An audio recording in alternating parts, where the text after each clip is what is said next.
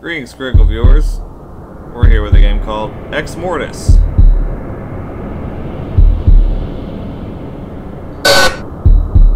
Ben Leffler creation.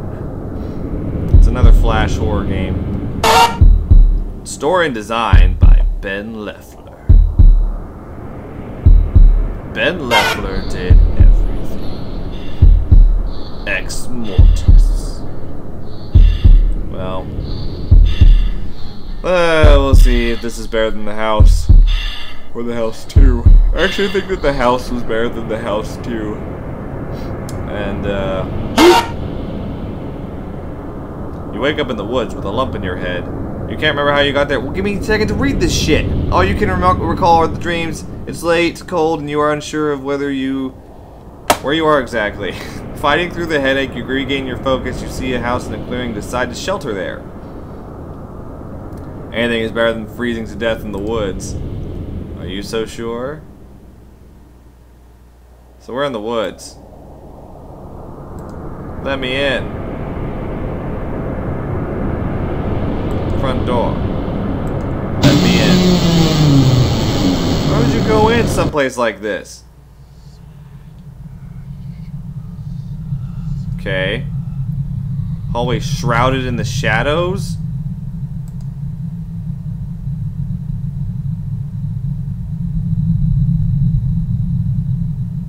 Let's go to the hallway shrouded in the shadows, shall we? Oh, good lord. It's just another painting on the wall. That's a pentagram. 1, 2, 3, 4, 5. That's how I draw pentagrams too, when I draw them. Well, hang on. What is this? This is the cellar entrance. I don't see anything I can click on. The handle turns, but the door refuses to budge.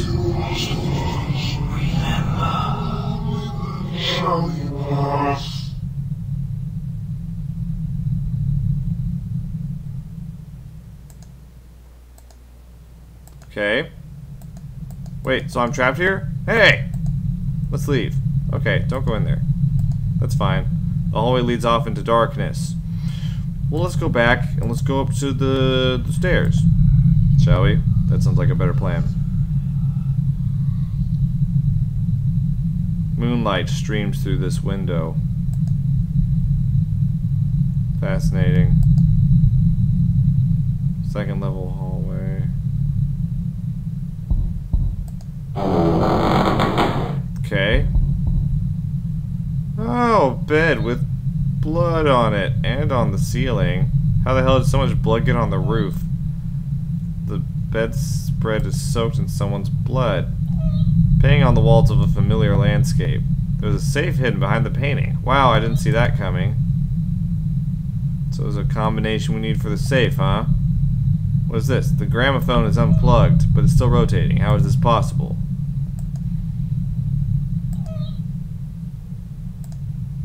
Closed door?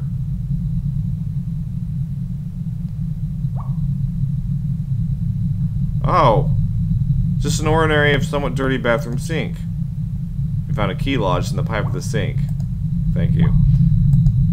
Bathtub is filled with what seems to be blood. The window is boarded up, maybe by someone who valued their privacy? Someone who wanted to keep the blood to themselves. Let's leave. Okay. Okay, that's the sound of the... There's no breeze in here, so why is this roof lamp swinging? It's a good question. And I don't know. Let's leave. Okay. So...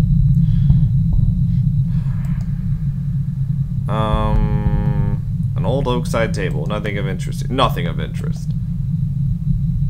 So... what else? Don't ever have a face there, please. Oh my god, I can't handle it. Oh my god. Hallway shrouded in the shadows. Let's go back to the hallway, I guess. Actually, let's go into the,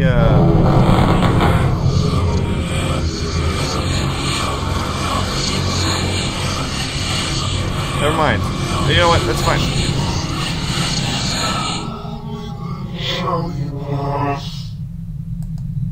Let's go into the hallway that leads into darkness. Grandfather clock sits ticking away in a corner.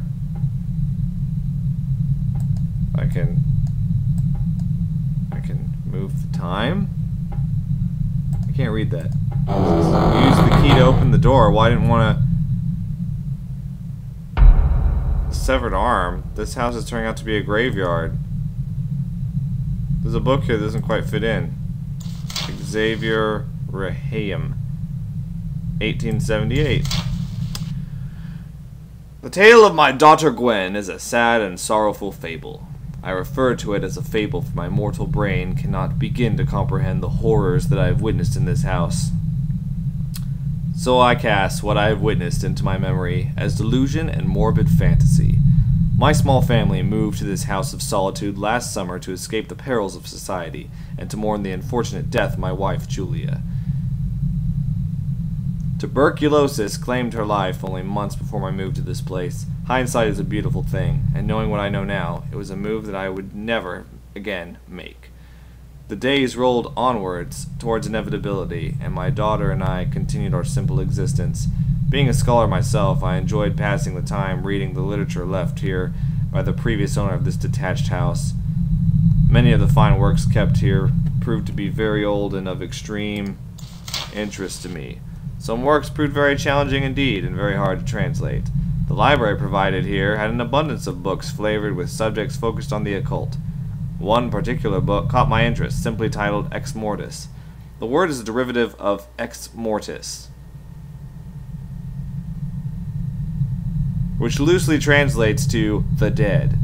It was from the moment that I finished translating this book, from an unusual dialect of ancient Aramaic, mind you, and read the final English translation that our troubles here began. My daughter, the only other occupant of this house, grew distant from me over the course of the following week. She developed rageful tendencies towards my parentage, and she started having seizures which worried me immensely at the time. But these unusual events didn't limit themselves to my daughter.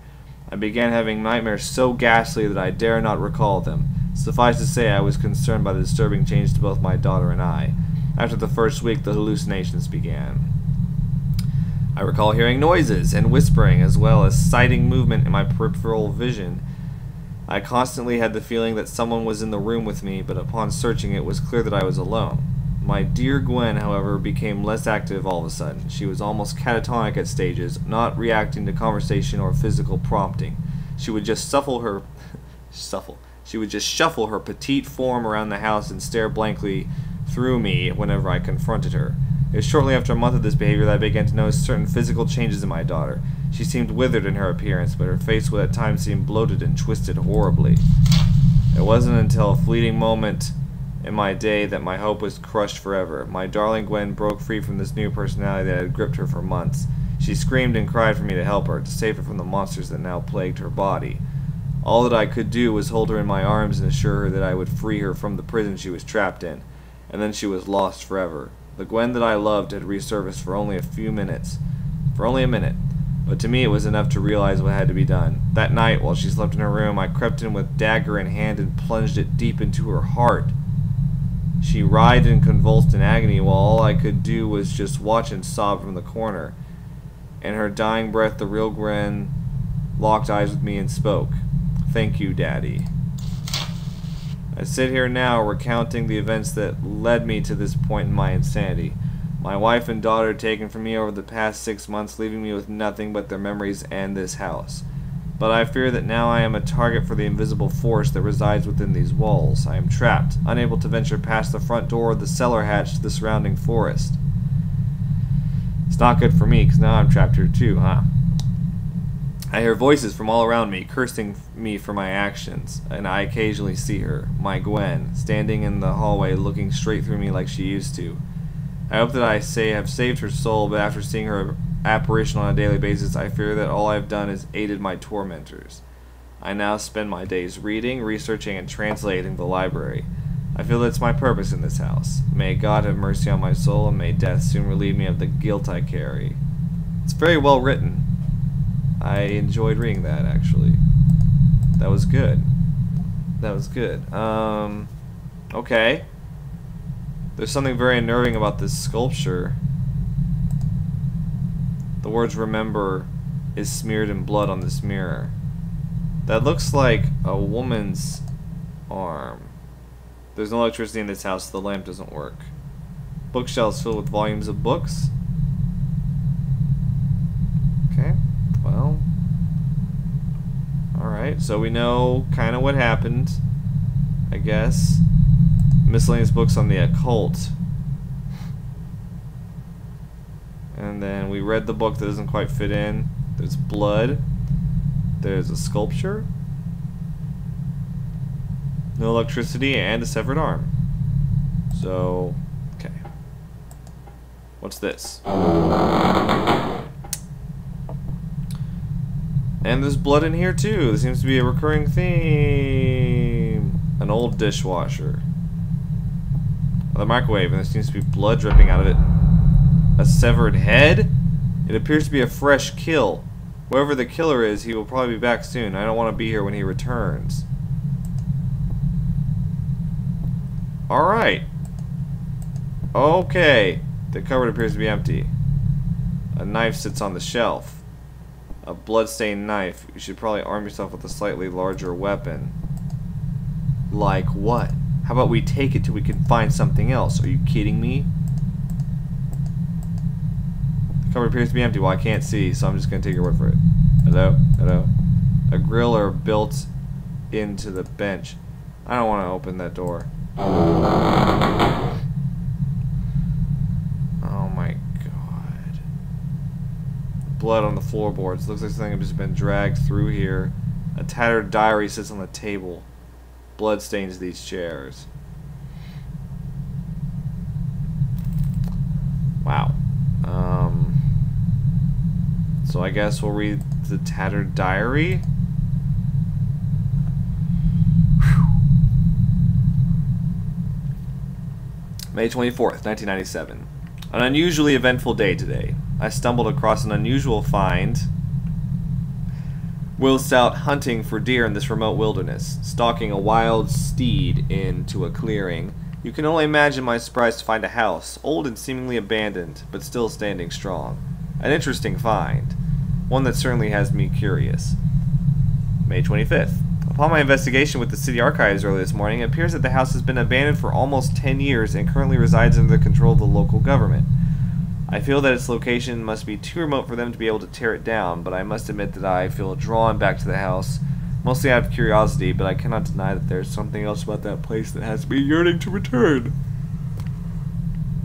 Sorry, it's late at night. May 28th. I could not put it off any longer. I called in sick to the office today and decided that I would retrace my steps into the wilderness to once again find the house which has been foremost on my mind of late. It didn't take much to find it again, as it was almost like I was being guided back to the exact spot that I found myself some 4 days ago. Once I plucked up enough courage, I pushed open the unlocked front door. Admittedly, I was very surprised at the ease of which the door opened, considering that the hinge had probably built up a good 10 years' worth of rust.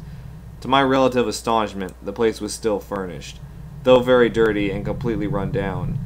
I was and still am amazed at the state of the place, considering that it had been empty for so long. I decided that I would explore the house and not disturb anything within. My fear had not subsided, and as a matter of fact, it's still with me as I record this journal some hours later. My curiosity took me through the kitchen, bedroom, and lounge room before a thumping noise from the roof on the second level startled me so much that I ran straight out the front door and back through the forest to my automobile. As it was, I almost fell off a small ledge and into the thicket below. I felt like a complete fool being scared off by rats, which I assumed they were. May 29th. Ugh.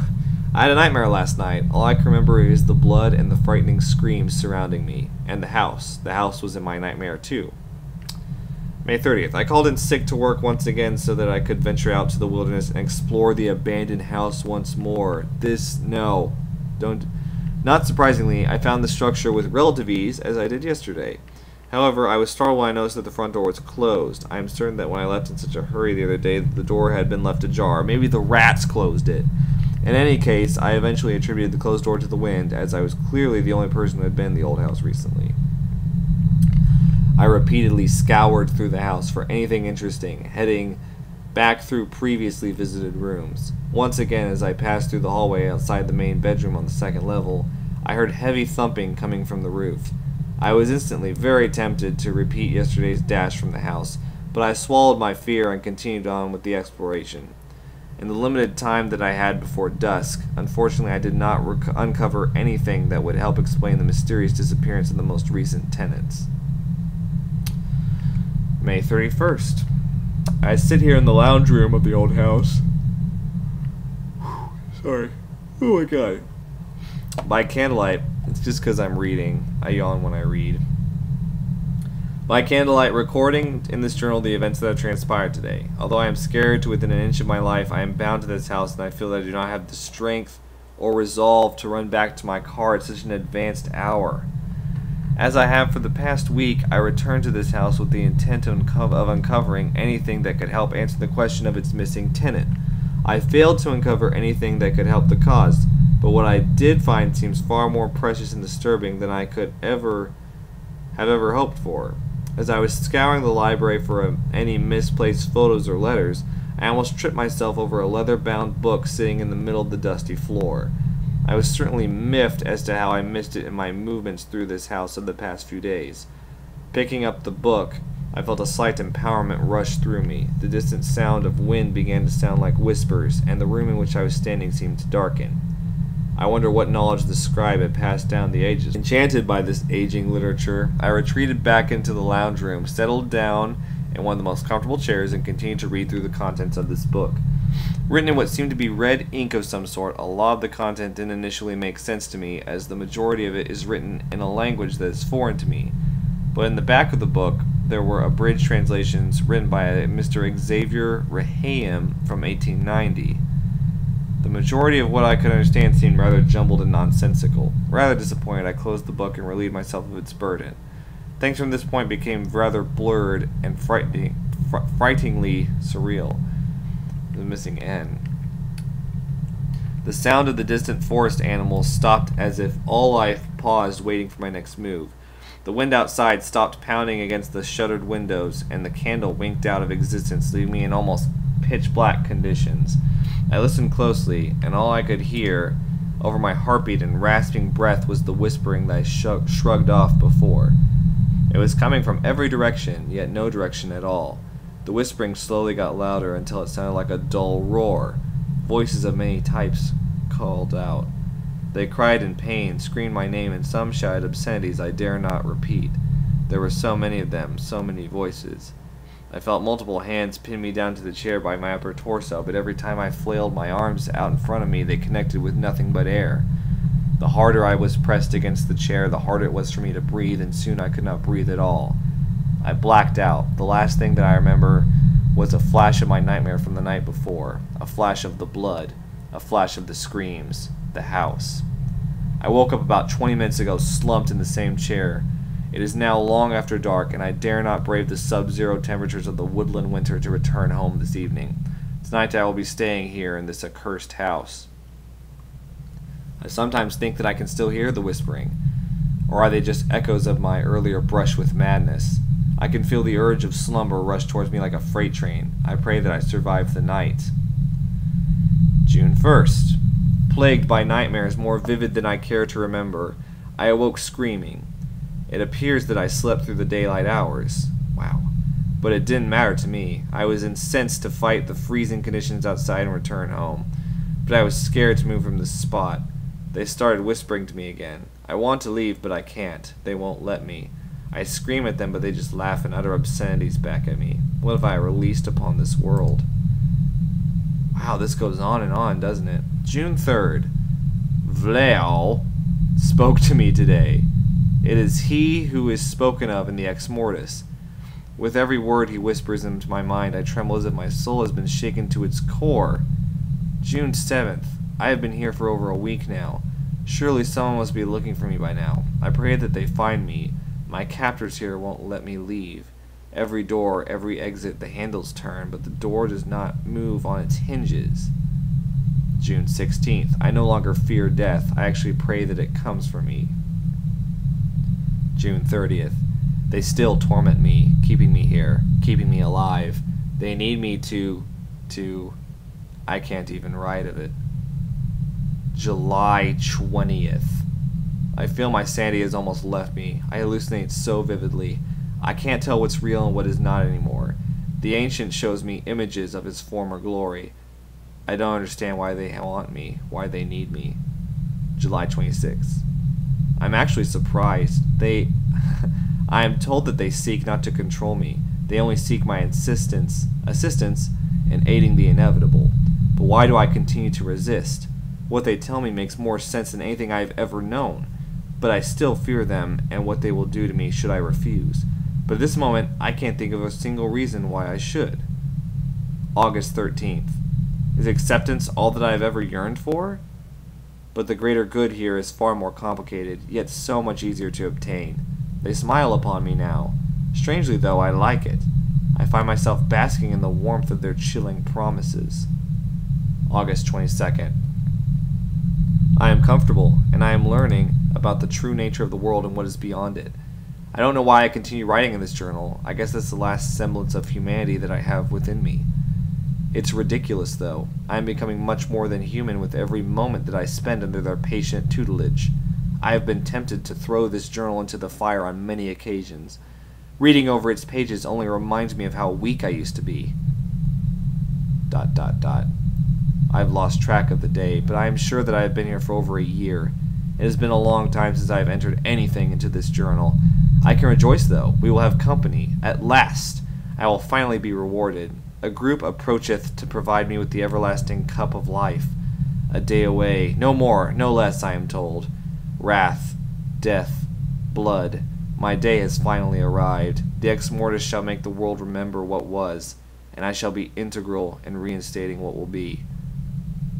I can see them now, a group of campers as I was promised, 3 males and 2 females. Now all I can do is wait for my time, become their hand. Immortality beyond patience, patience beyond the dominion. I can taste it now.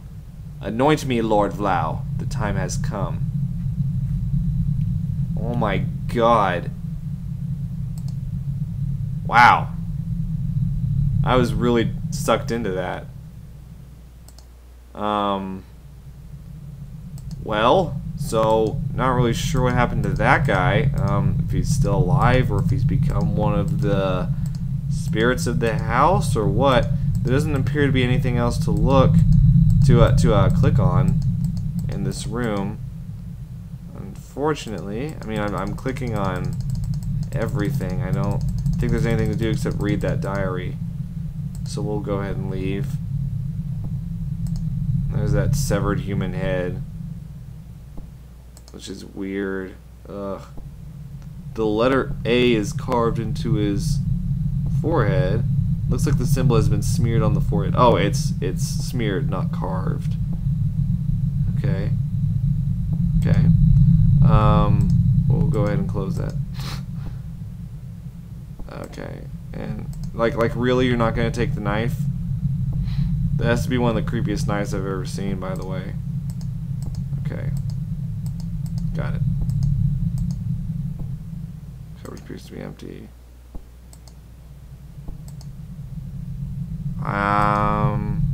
Okay, so I guess we leave.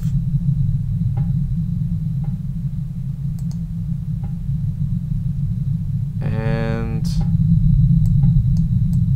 I'm not really sure. Can I control the hands? Or, oops.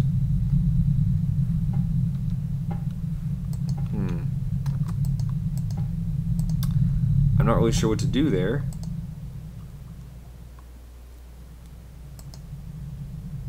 So we've got we've got this pentagram right here. Huh. An old fan. Doesn't look like it's worked in a long time.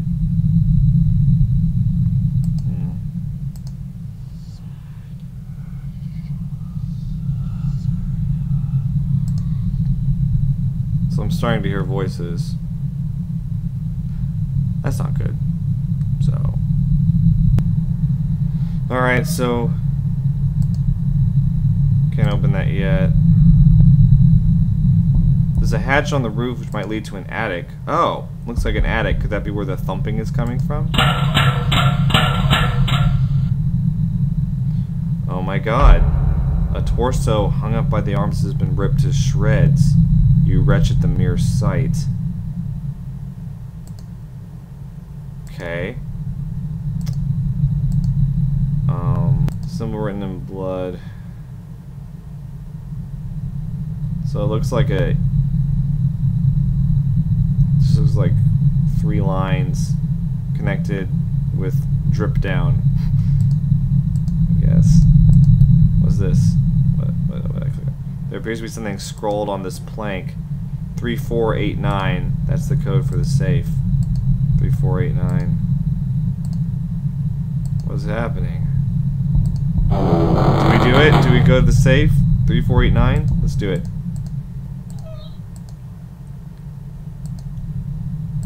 3489. Access granted.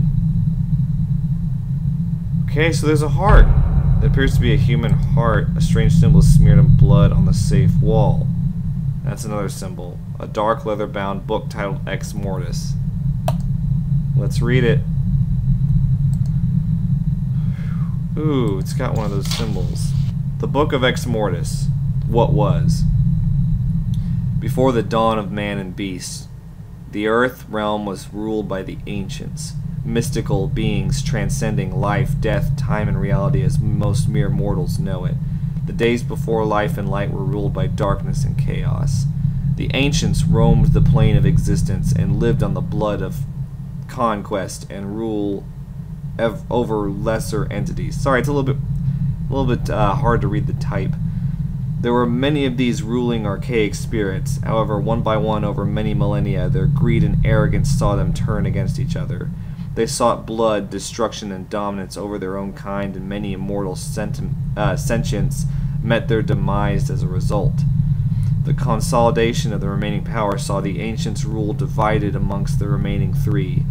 Azrael, Kafafta, and Vleal frequently exerted their wrath and cruelty through their ferocity towards each other's dominion.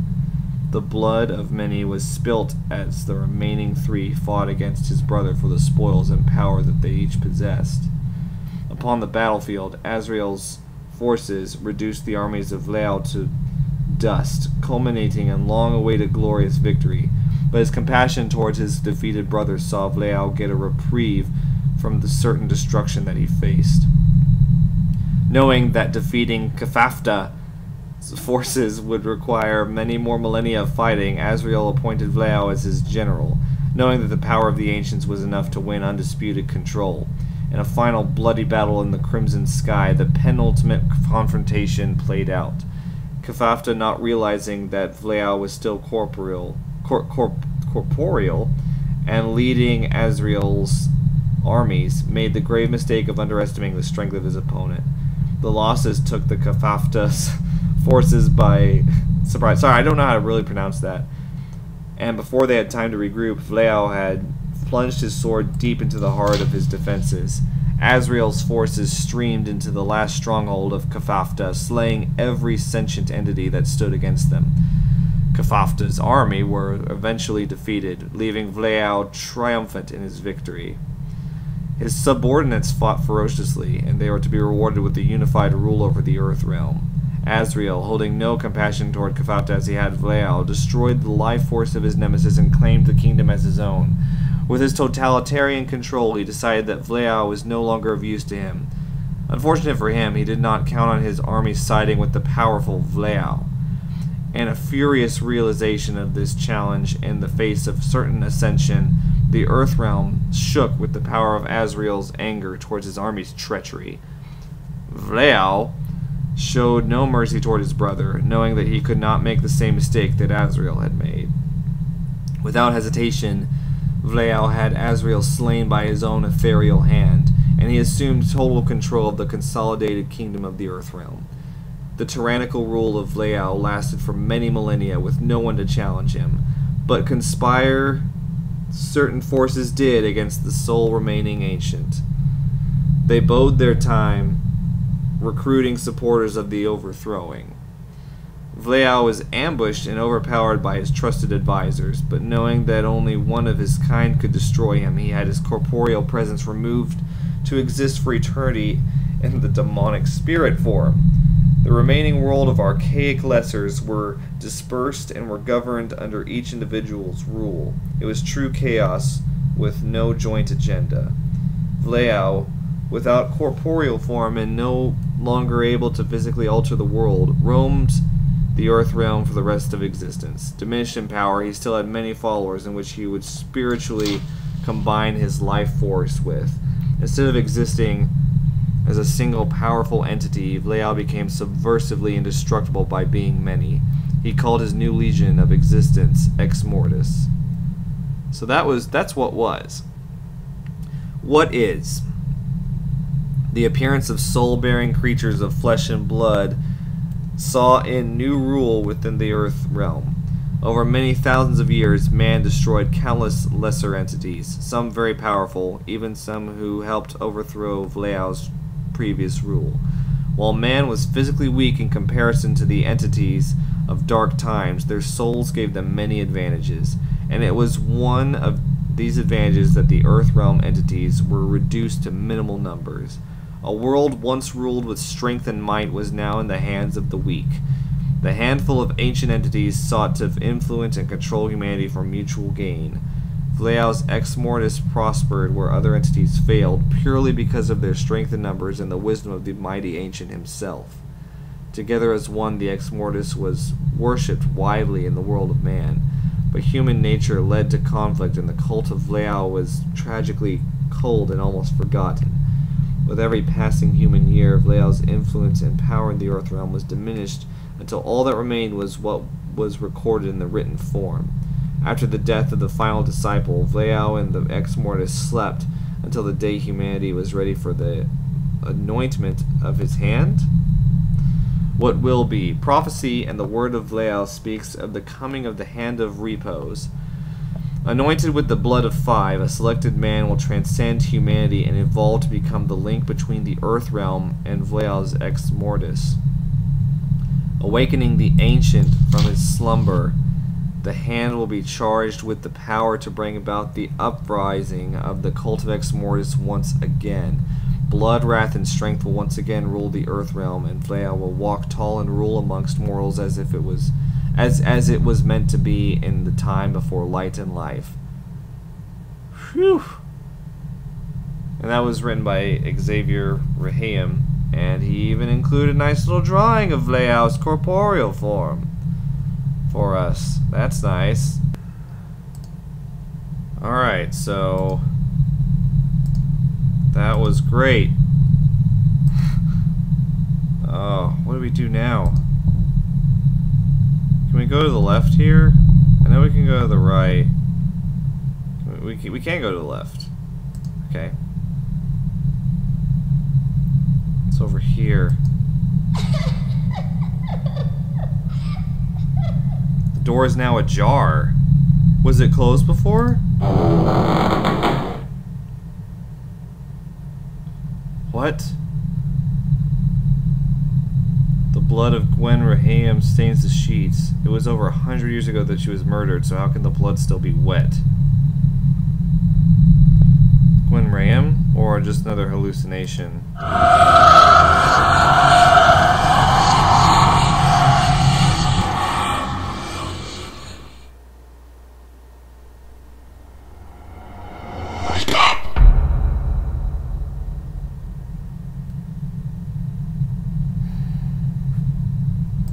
That was scary.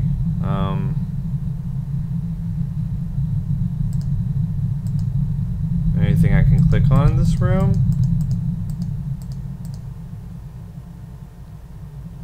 Okay, alright, so we're gonna reeve. Retrieve, please. Okay.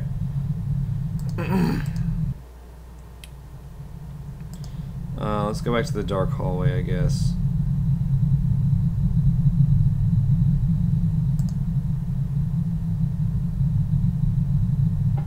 Okay, so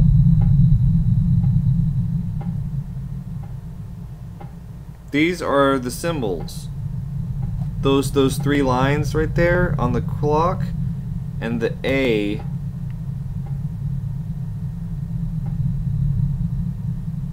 But they're Roman numerals? But the A's not a Roman numeral. Well, if you turn it, it's 6. So it's 6, 7, 3, 9? I'm not really sure what that means. What? I can go in the cellar now? The door slams, locked behind you. An old air filtration unit, but the ducting runs away from the actual house. An axe leans up against the wall. You pick up the bloodstained axe. Wow. So now we have an axe. Oh! Well, okay. An old tunnel system stretches off into the darkness.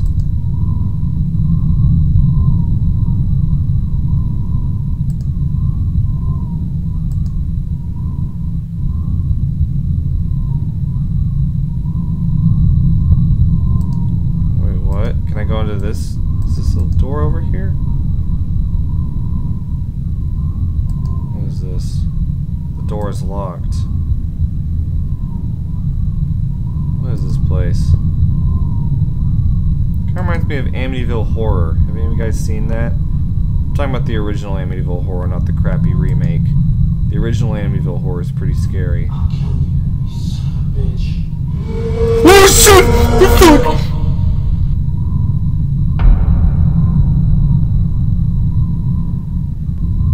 Symbol, so this is the 5th sacrifice. If I'm not one of the 5 campers, then who am I? I can't be. I'm the hand. The severed hand of the man, the severed head of the man who attacked you. A small hole in the wall. And a key buried in the dirt. Okay.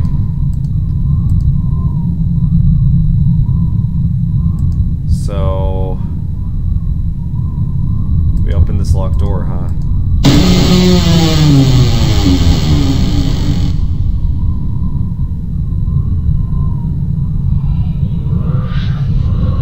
Welcome back, child. You have served us well up until this point. Now serve us again. Become the hand of Exmortis. Devour the crimson life of 5, marks of law given to thee. Mirror below Make a run for the forest? What was, what is, and what will be. Oh shit. I don't know the order. What's the order?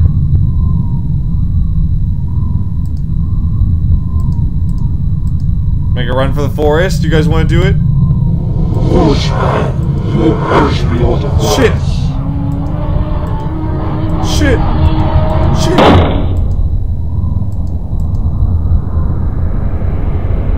Run the forest. Run. Run. We got out. Eat it! Come on, come on. The track continues onwards.